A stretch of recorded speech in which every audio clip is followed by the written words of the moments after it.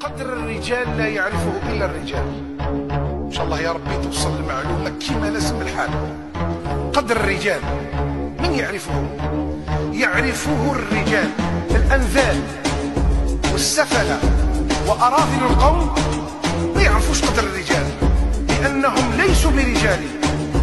أما الرجل فإنه يعرف قيمة الرجل ويحفظ له الخير ويعترف بالجميل.